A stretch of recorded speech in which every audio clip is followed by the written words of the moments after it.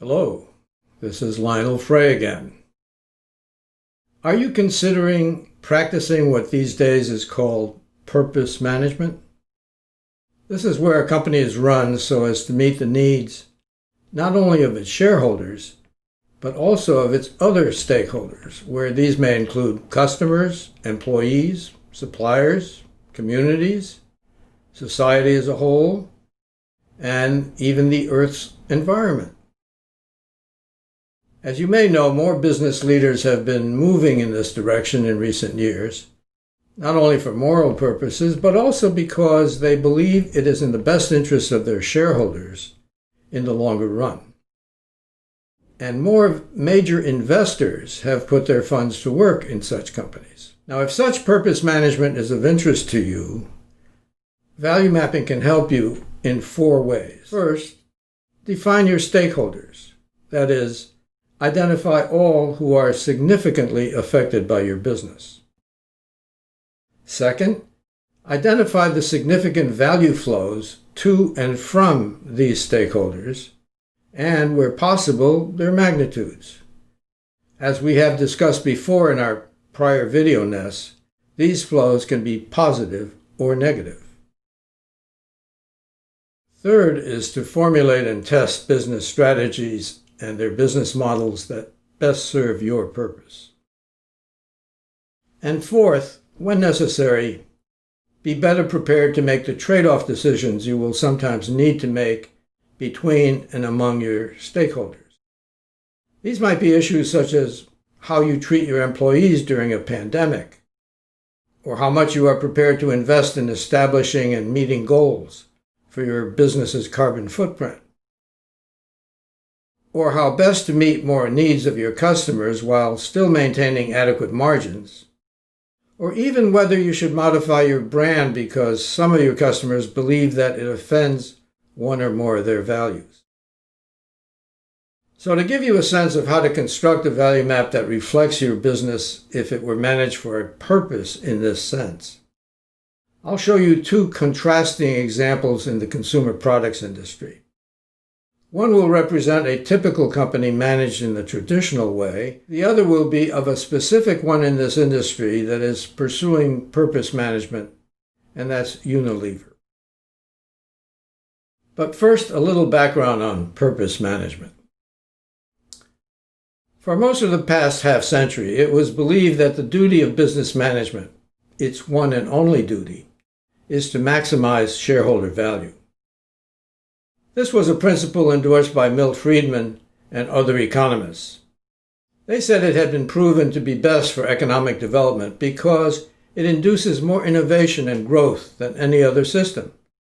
And among other things, it had made the United States the richest country in the world by far.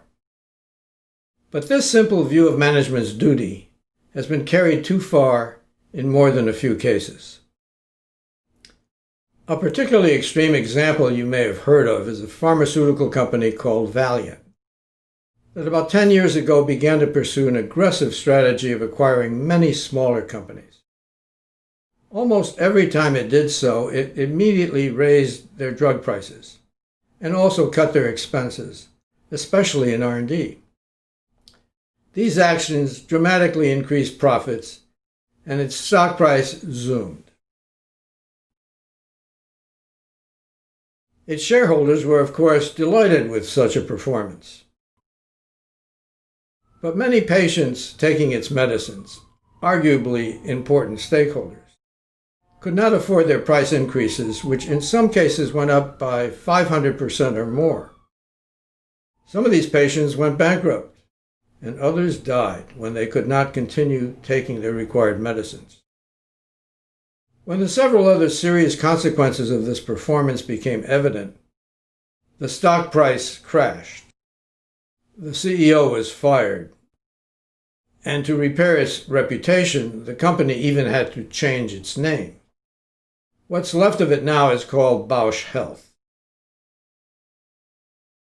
But in addition to concerns about excesses of this extreme sort by a few companies, in the past dozen years there's been a conjunction of 3 developments that have raised further doubts about managing a company just for the benefit of its shareholders. One of these has been greatly increased income inequality, as recently demonstrated by Thomas Piketty. In the developed world, and especially in the United States, the vast majority of the fruits from economic and productivity growth in the past 20 years has gone almost entirely to the 10% of persons with the highest incomes, while income for the other 90% has stayed pretty flat. A result is that in the United States last year, 1% of the population owned more than 40% of its private wealth.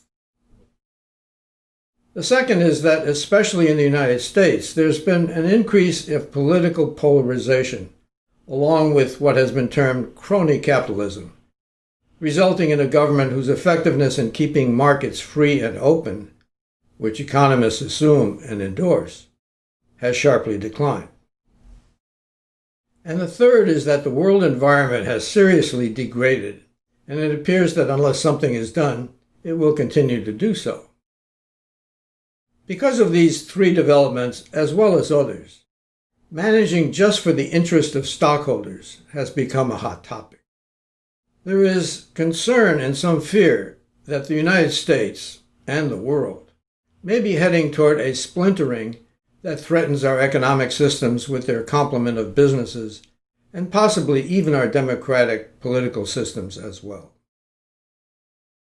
But a strong case has been made in a recent book titled Reimagining Capitalism by Rebecca Henderson, who is a professor at the Harvard Business School, that this unattractive potential future can be avoided. How? If business leaders take the lead in changing the way they run their companies by having a purpose that is focused on stakeholder values, not just shareholder value. Henderson compiles a body of evidence that businesses that pursue such a multidimensional purpose will be more successful than those that do not, and perhaps ironically will also better serve their shareholders in the longer term. Her thesis is that business leaders are best able to effect such a change, and if they do, we can avoid the feared potential economic and political catastrophes. Another recent book in a similar vein by Harvard Business School professors Joe Bauer and Lynn Payne, entitled Capitalism at Risk, contains many examples of companies that are successfully pursuing this path and describes how they are doing it. So now let's come back to value maps. In part 2 of this video nest, I will develop 2 of them in the consumer products business. The first one will represent the approach most companies in this industry have been employing for years. The second will be of a single company that 10 years ago began to practice purpose management with many stakeholders and has achieved a considerable degree of success with this approach. That company is Unilever.